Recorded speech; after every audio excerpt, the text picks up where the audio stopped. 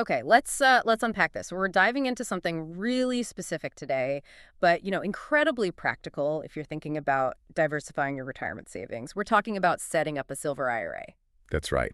And our mission for this deep dive really is to take this detailed guide we've got and just cut right to the chase. We want to understand the actual steps you'd need to take, the crucial rules you have to follow, and just the key things to consider. Exactly. And the source material, it's a step-by-step guide. Looks pretty thorough, designed to walk someone through it all. It's got key takeaways, FAQs, even some author background. It lays out a clear path.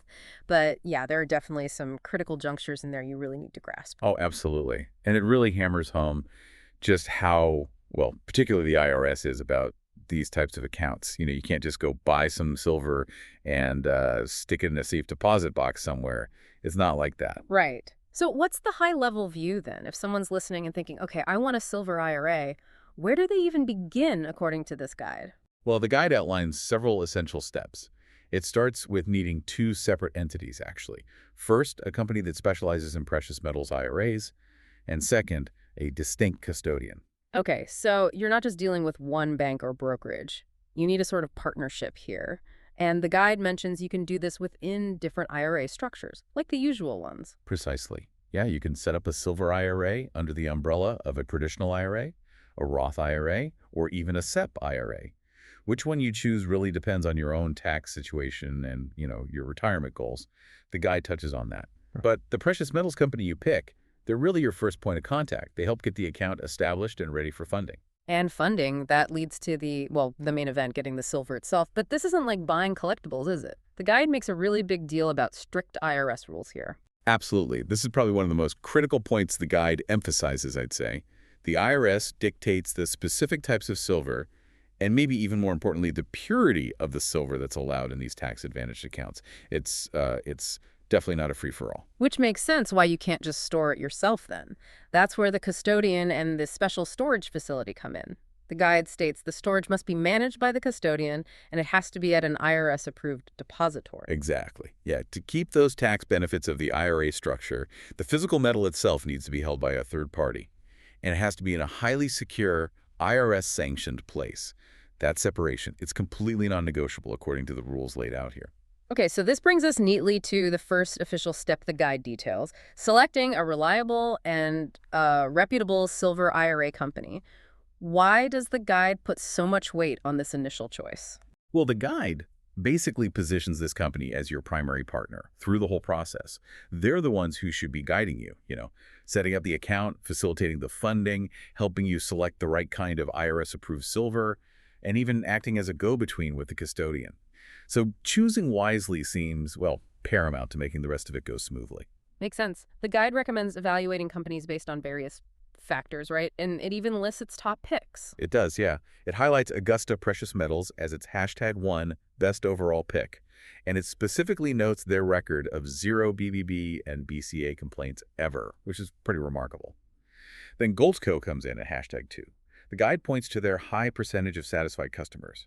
And American Hartford Gold is listed as #3, identified as the best Silver IRA newcomer. The guide also mentions, that you can find links to reviews and their websites to do your own digging. Okay, good pointers. So you've picked your main partner company. Step 2, according to the guide, find a right custodian. Their role sounds pretty serious, handling IRS matters, ensuring compliance. Oh, they are serious, yeah. Think of the custodian as the legal trustee of your IRA assets. They're the ones responsible for making sure everything sticks to IRS regulations. From holding the assets correctly to managing that required storage at an approved depository. And what kind of places can actually be an IRS-approved custodian? Is it just any bank? Not quite.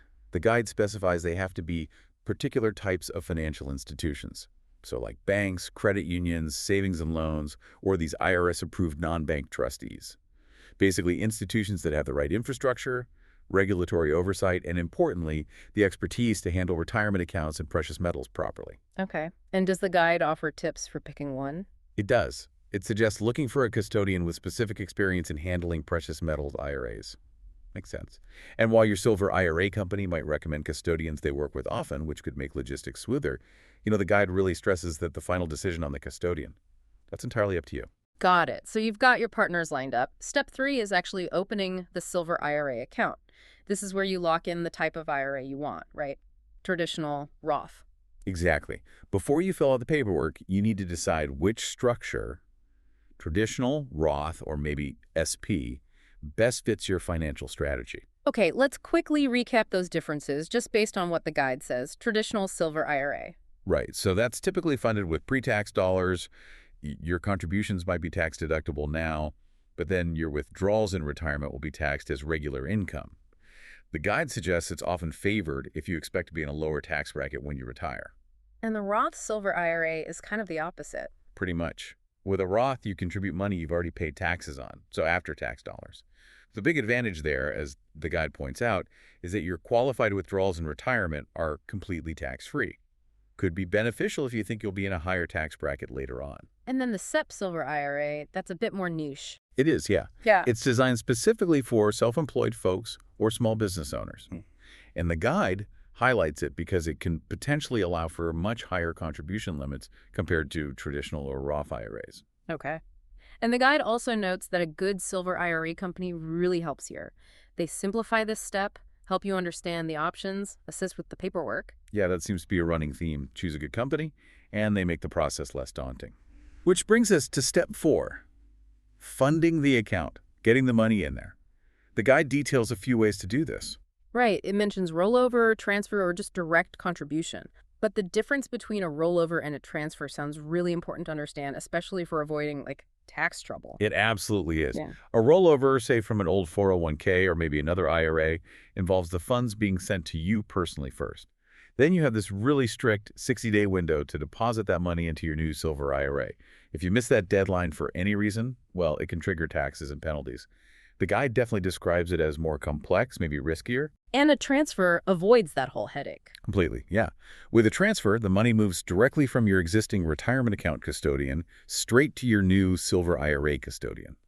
You never actually take possession of the money yourself. So no 60-day rule, no risk of accidental taxes or penalties. The guide presents it as, well, the simpler and safer way to go. Makes sense. The guide also gives us the latest scoop on contribution limits. What are we looking at for, say, 2025? Okay, so for 2025, the guide states the limit is $7,000 per year if you're under age 50. If you're 50 or older, you get that extra $1,000 catch-up contribution, bringing your total potential contribution up to $8,000 a year. And crucially, that limit applies across all your IRAs combined, right? Not just $8,000 for the Silver IRA plus others. That's a key detail, yes. It's a combined limit for all your traditional and Roth IRAs. And typically, contributions for a given tax year need to be made by the tax filing deadline, which is usually April 15th of the following year. Okay, account's open, it's funded. Now, step 5, buying the actual silver. And the guide is super clear here. You can't just buy any old silver bar or coin you find online. Nope. This is where those really strict IRS rules about the metal itself come right back into focus.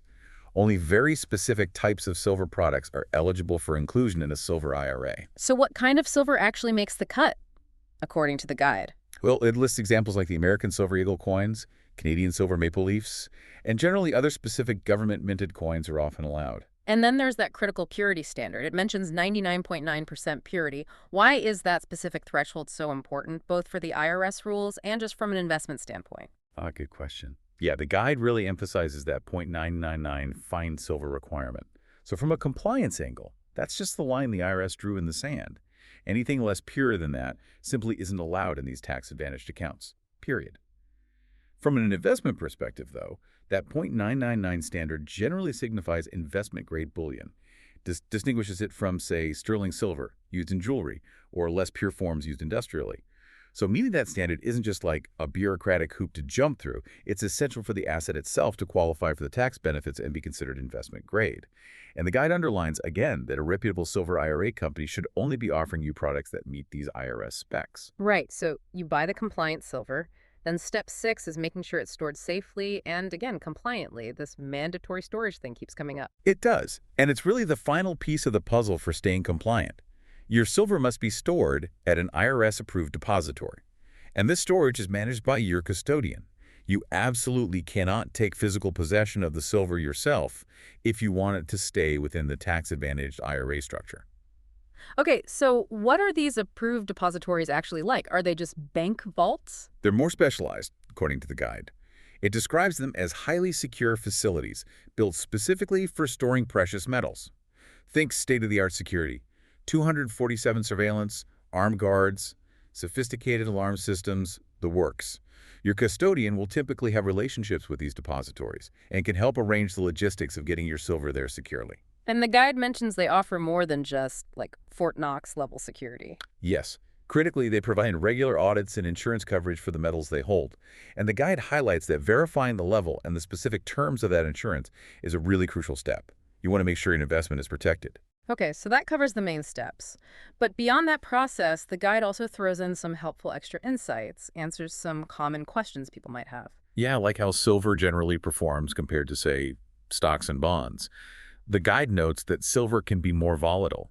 Its price isn't just driven by investment demand, but also by industrial uses and, broader economic conditions. But it also mentions a potential upside to that volatility, doesn't it? It does. It points out that while it can swing more, this characteristic can also present growth opportunities, especially perhaps during times of inflation or economic uncertainty, which is why some investors like it for diversification. Makes sense. What about taking money out early? Does the usual IRA penalty apply here? It does, yeah. The guide confirms it. If you withdraw funds or assets from your Silver IRA before you hit age 59 and a half, you'll typically face that 10% early withdrawal penalty on the amount you take out. Plus, you'll owe any applicable income taxes on it. So yeah, planning distributions carefully is key. And the guide also clarifies you're not strictly limited just to silver, are you? Correct. As long as they meet those same strict IRS purity and type standards, you can also include other precious metals. Things like gold, platinum, and palladium can often be held within the same precious metals IRA structure. Allows for a bit more diversification within the metals themselves. And a practical point, what happens if the account holder passes away? Good question. The guide explains that upon your passing, the Silver IRA transfers to whoever you've designated as your beneficiaries. They then typically have options they can choose to take distributions based on the rules, or in some cases, they might be able to continue managing the IRA themselves. Inherited IRA rules apply there. Okay. The source material also gives us a little context on the author, Doug Young. Right. It positions him as a highly experienced professional, says he has over 20 years in financial investing, commodities, precious metals, describes him as an authority, and particularly notes his expertise in evaluating the companies operating in this specific space. And the guide also mentions a kind of noteworthy market perspective, something about 2025. Yeah, it includes a reference to what it calls experts predicting a 20% surge for silver in 2025. It's presented in the guide more as a forecast floating around in the market, just something to be aware of, not investment advice, just market chatter it picked up. Gotcha. And the guide kind of wraps up with a specific recommendation. It does. As a final tip, it notes checking out the specific company that the author endorses as the, quote, industry leader in this space. Okay, now this is really important, and the guide itself includes it. We need to mention the disclosure. Absolutely crucial, yes. The source material includes a very clear disclosure. It states that the owners of the website where this guide is hosted may be paid to recommend certain precious metals companies. It also explicitly notes that the content, and that includes positive reviews, may not be entirely neutral or independent because of that potential compensation. So that information is right there in the guide itself, offering transparency about possible affiliations. Right, so putting it all together from this deep dive, the core process really involves, first, carefully choosing a reputable company and a compliant custodian, then selecting the right IRA type for your situation, getting the account funded, maybe using that direct transfer method for simplicity. Then, crucially, purchasing only IRS-approved silver that meets that strict 99.9% purity standard. And finally, making sure it's all stored securely at an IRS-approved depository managed by your custodian. Exactly. And understanding the why behind each of those steps, especially those strict IRS rules about the metal itself and how it has to be stored, that seems absolutely essential according to this guide.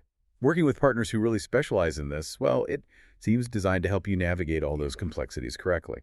So based on all these steps and considerations laid out in the guide, if you were setting this up, what single aspect feels like the most crucial piece for long-term success? Is it like nailing that initial choice of company and custodian, or maybe meticulously making sure every single piece of silver meets that 99.9% purity rule? Or perhaps focusing most on verifying the security and, importantly, the insurance of the depository? Or maybe thinking about that volatility discussion, is it really about understanding and being prepared for the market factors after everything's set up? What really stands out to you as the potential cornerstone here?